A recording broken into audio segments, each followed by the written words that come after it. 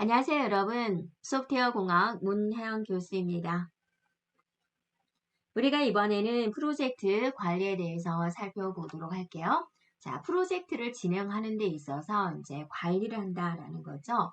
프로젝트 관리란 무슨 뜻일까? 우리가 주어진 기간, 약속된 기간을 맞춰줘야 되겠고, 그다음에 주어진 비용으로 일 처리를 해야 되는 거잖아요. 그래서 그걸 가지고 이제 개발을 하게 됩니다. 그래서 주어진 기간 내에 주어진 비용으로, 최소의 비용으로 사용자가 요구하는 시스템을 개발하기 위한 전반적인 활동을 우리는 프로젝트 관리다라고 합니다.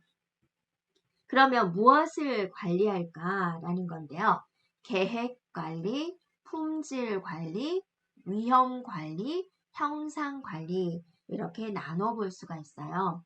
계획 관리라는 것은 프로젝트에 대한 계획을 세우고 일정에 대한 계획을 세우고 비용을 산정을 하고 조직을 구성하는 것이 포함이 되고요. 품질 관리다 그러면 품질을 통제하고 품질을 보증하는 관리고, 위험 관리다 그러면 위험 요소를 인식하고 위험을 분석하고 위험 관리에 대한 계획을 세우는 거고, 형상 관리는 유지 보수, 즉 AS에 관련된 부분이 되겠습니다. 효과적인 소프트웨어 프로젝트 관리를 위한 3P가 있습니다. 3P. P. 사람, 문제, 프로세스인데요. 사람은 일단 중요하죠. 프로젝트 관리에서 가장 기본이 되는 인적 자원이 되겠고, 문제는 사용자 입장에서 해당된 문제를 분석해서 인식하는 것을 말을 하고, 프로세스다 그러면 소프트웨어 개발에 필요한 전체적인 작업 계획을 말을 합니다. 프로젝트 관리에 포함된 내용을 우리가 하나씩 살펴보겠습니다. 먼저 프로젝트 계획 수립입니다. 프로젝트가 정말 수행되기 전에 계획을 세우는 거죠. 그래서 소프트웨어 개발 영역에 대한 결정, 어느 선까지 개발을 할 것인지, 그러기 위해서 필요한 자원은 무엇인지, 또 비용은 어느 정도 되는지, 그다음에 며칠 걸리는지 일정 이런 것들을 예측하는 작업이 프로젝트 계획 수립이 되겠고요. 네, 소프트웨어 개발 영역에 대한 결정입니다. 그래서 개발될 소프트웨어에 대한 영역을 결정하는 겁니다. 그래서 해야 될 목표가 있죠. 그 목표를 달성하기 위해서 어디까지 개발하겠다 영역을 결정하는 거고, 그래서 어느까지 영역을 결정하기 위해 영향을 주는 요소에는 처리할 데이터, 그 다음에 소프트웨어에 대한 기능, 그 다음에 성능, 그 다음에 제약 조건, 인터페이스, 신뢰도 이러한 것들이 있고요.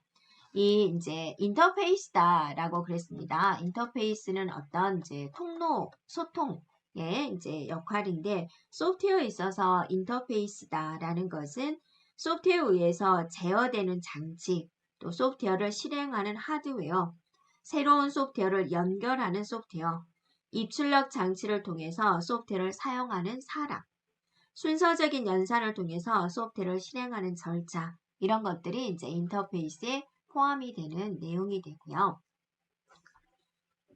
자원 추산이다 그랬습니다. 소프트웨어 개발에 필요한 자원을 예측하는 겁니다. 뭐가 필요해 라는 거죠. 네. 그래서 그럼 자원에는 일단은 사람, 인적인 자원이 있겠고, 그 다음에 재사용 소프트웨어. 자, 다시 사용하는 소프트웨어가 있으면 편하죠. 네. 그래서 내가 만약에 글꼴에 관련된 걸 이제 추가를 해야 되는데, 이미 글꼴에 관련된 게 개발이 되어 있다면 그걸 그냥 갖다 쓰면 되는 거잖아요. 그 다음에 여러 가지 개발하기 위한 환경적인 자원, 이런 것들을 볼 수가 있는데요. 인적 자원이다 그러면 인원수는 몇 명으로 할 것인지, 조직은 어떻게 결정할 것인지 라는 것이고요. 재사용 소프트웨어는 재사용을 원하는 소프트웨어의 구성 요소를 결정하는 것이고, 환경 자원이다라는 것은 이제 본체, 모니터 이런 것들, 하드웨어 또 소프트웨어 환경, 뭐 윈도우즈 환경 이런 식으로 하드웨어적인 환경, 소프트웨어적인 환경 이런 것을 의미한다라는 거고 언제 필요한지 또 필요한 시기 이러한 것들도 결정하는 부분이 되겠고요. 소프트웨어 프로젝트 추산입니다. 이거는 이제 소프트웨어 프로젝트를 진행하는 데 있어서 중요한 거죠. 비용을 예측합니다. 그래서 이 비용을 신뢰성 있게 예측을 해야 되겠죠. 그래서 그럼 비용을 어떻게 예측을 할까? 우리가 이제 뒤에 공식이 나오지만은 이미 수행된 유사한 프로젝트를 보고 그걸 참고하는 방법, 그 다음에 프로젝트를 이제 이렇게 잘게 쪼개보는 거죠. 그래서 이 조그만 것은 며칠 걸리니까 이거랑 이거랑 합하면 며칠, 합하면 며칠 이런 식으로 작게 분리해서 예측하는 기법이 있고요. 하나 이상의 경험적 예측 모델을 활용하는 방법, 그 다음에 이제 또 자동화, 비용을 자동으로 계산해주는 자동화 도구를 도입해서 활용하는 방법이 있다라는 거고요. 이런 프로젝트 계획을 수립을 할 때 고려돼야 될 사항은 무엇일까? 일단은 프로젝트가 얼마나 복잡한지, 복잡도, 그 다음에 규모 얼마나 큰지, 그 다음에 구조적 불확실성에 대한 정도, 그 다음에 과정 정보에 대한 가용성입니다. 가용성이다라는 것은 고장나지 않고 계속 시스템이 돌아가는 것을 말을 하고요. 그 다음에 어느 정도 위험성을 가지고 있는지 위험성 이런 것들을 이제 고려를 합니다. 자, 중요한 이제 프로젝트 일정 계획에 대해서 살펴보겠습니다. 여러분에게 뭐 좀 해줘 라고 했을 때 며칠 만에 완성할 수 있어? 라는 말을 듣죠. 그것처럼 프로젝트를 받았을 때 얘는 며칠 정도 걸릴 것 같아요. 얼마 만에 완성할 수 있을 것 같아요. 라고 이제 말을 해줘야 되는데 그 계산을 어떻게 할 것이냐라는 거죠. 그래서 그 개발 프로젝트에 대한 소 작업을 예측하고 파악하고 또 작업에 대한 순서는 어떻게 할 것인지 또 일정을 결정을 해서 최적의 프로젝트 계획을 수립하는 것이고요. 자, 이런 경우 브룩스의 법칙이라는 유명한 게 있어요. 어떤 경우냐면 결론은 계속 사람만 많이 투여를 한다고 해서 되는 게 아니다라는 건데 자, 내가 1년 프로젝트를 잡았어요. 11월, 12월이 이제 마감이에요. 근데 이제 오너가 10월 달쯤에 보니까 좀 미진한 것 같아요. 그래서 12월 달까지 마무리하지 않으면 우리가 굉장히 회사에서 위약금을 물게 되는 거예요. 그래서 어떻게든 12월까지 마무리를 시켜야 되는데 좀 완성이 좀 많이 덜 된 것 같아요. 그래서 사장님이 자, 지금부터 새로운 인력을 투입을 할 테니까 더 으쌰으쌰해서 반드시 12월까지 마무리해 라고 한 거예요. 그러면 이게 이제 A 기존 멤버로 했을 때 새로운 인력이 투입됐을 때 어떻게 될까? 과연 B 상황이 더 빨리 프로젝트를 끝낼 수 있을까라는 겁니다.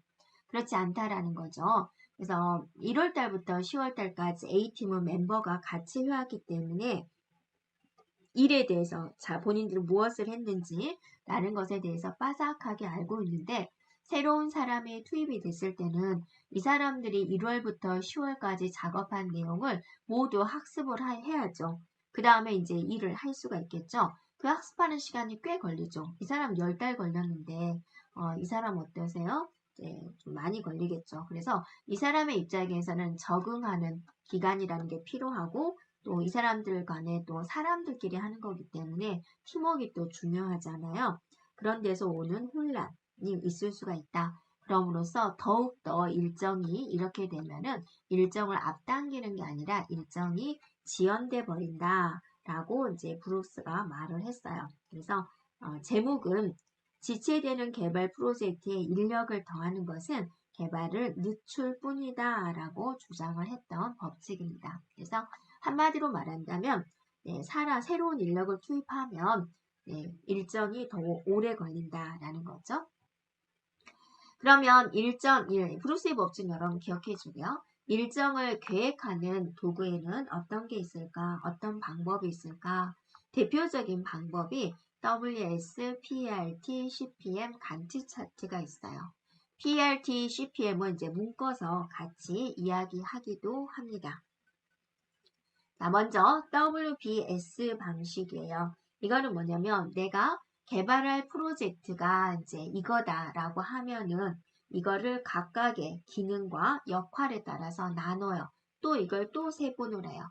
그래서 또 이거를 또 세분을 해요. 이런 식으로. 네. 그러면 이제 최종 하다 보면 이거는 이제 단순한 작업이니까 며칠 만에 끝나겠다. 그게 나오는 거죠. 그러면 얘도 며칠 만에 끝나겠다. 묶어서 얘는 며칠 만에 끝나고 또 묶어서 얘는 며칠 만에 끝나고 그래서 최종적으로 이 일은 며칠 만에 끝낼 수 있어요 라는 것을 이제 계산하는 게 WBS 방식이다 라는 거고요. 그 다음에 PRT 방식이 있습니다. PRT와 CPM은 이제 같이 용어를 쓰기도 하는데요. 일단 CPM이 많이 쓰이고요.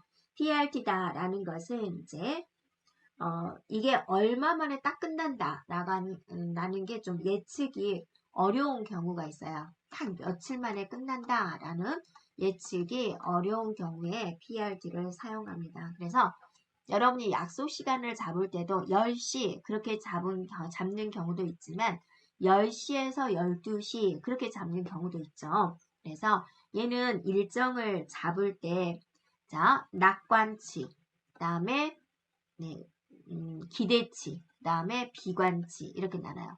그러니까 여러분이 어떤 일을 딱 끝낼 때 딱 하루 만에 끝내는 게 좋아요? 한 달 만에 끝나는 게 좋아요? 하루 만에 끝나는 게 좋잖아요. 이제 낙관한다 그거죠. 그래서 일정이 가장 적게 끝나는 그다음 비관치는 가장 많이 걸리는 날, 그다음에 기대치는 이거 두 개에 대한 평균입니다. 그래서 낙관치, 기대치, 비관치 이렇게 세 가지로 나타내는 방법을 말을 해요. 그래서 A, 2를 다 끝나고 B로 갈 수 있는 것은 빠르면 이틀, 늦으면 14일, 평균 5일 이렇게 된다라는 거죠. 또 가장 빠르면 3일, 가장 늦으면 22일, 그다음에 기대치는 12일 이런 식으로 이제 나타낸다라는 겁니다. 그래서 원 노드에는 작업을 표시하고 간선에는 순서대로 낙관치, 기대치, 비관치를 이렇게 표현하는 방법을 말을 해요.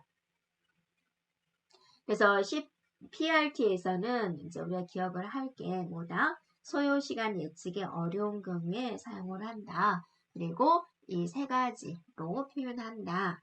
라는 거 기억해 주면 되겠고요. 자, CPM은 우리가 이제 시험 문제에 자주 나옵니다. 자, 여러분도 어떤 일을 할 때 한 달 만에 끝나요? 30일 만에 끝나요? 라는 것과 한 달에서 5달 사이가 걸릴 것 같아요. 그러면 뭔가 불명확하잖아요. 그래서 딱 며칠 만에 끝내요 라는 걸 우리는 좋아하잖아요. 그래서 CPM이 더 많이 써요. CPM을 우리는 임계 경로다라고 이야기를 하는데요. 이런 거죠. A를 끝내고 B를 끝내고 C를 끝내야 돼요.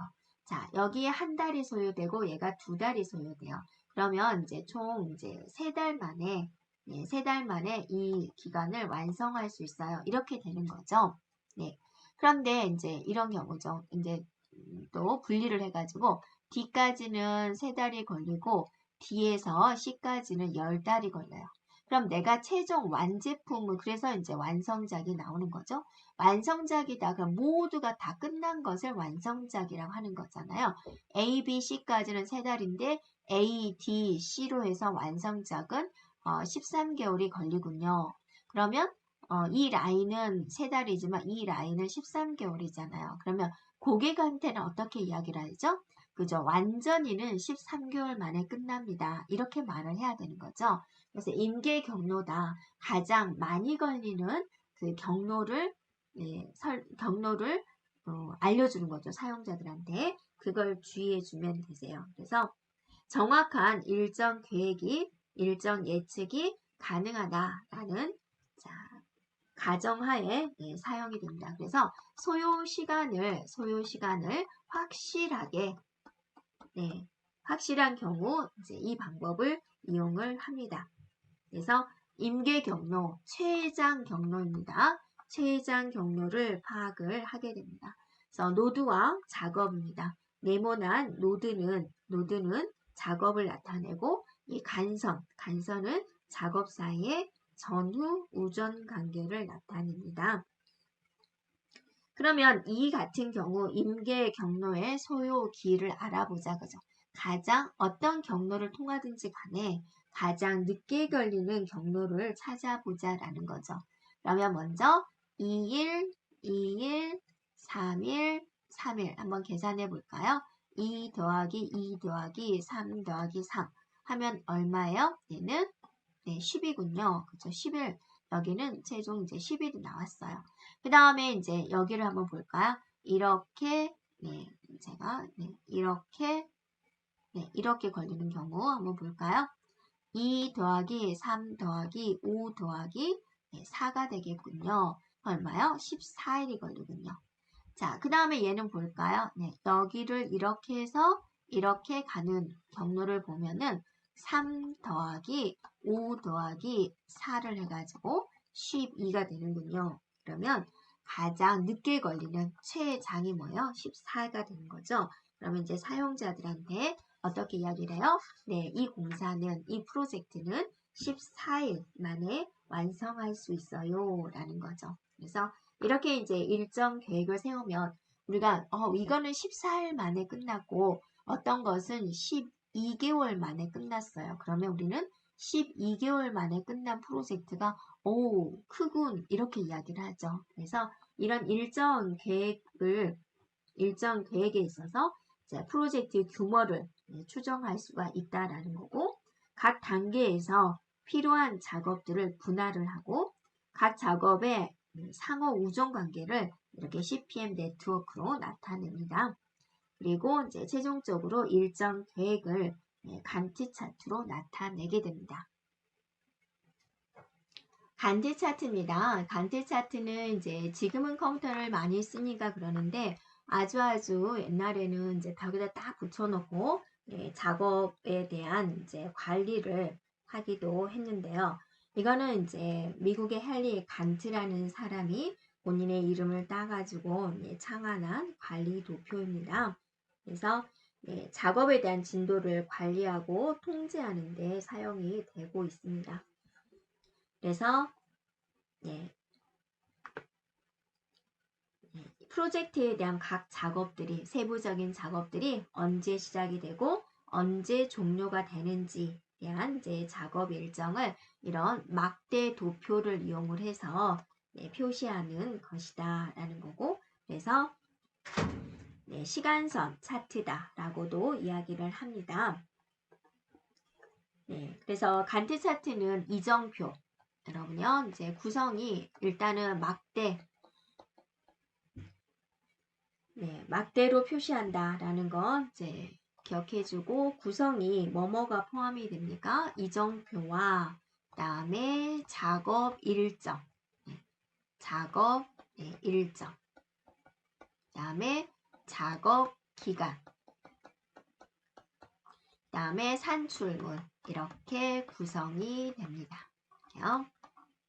수평 막대의 길이는 긴 작업의 각각의 작업에 대한 기간을 이제 나타냅니다. 어느 정도 기간인지 이렇게 표현하는 것을 간트 차트다라고 하고 여기에 이제 뭐가 들어오냐면 각각의 산출물이 나와요. 이 단계에서 뭐가 나온다라는 거죠. 그래서 이 단계에서는 결과 어떠한 게 이제 나온다라는 산출물을 씁니다.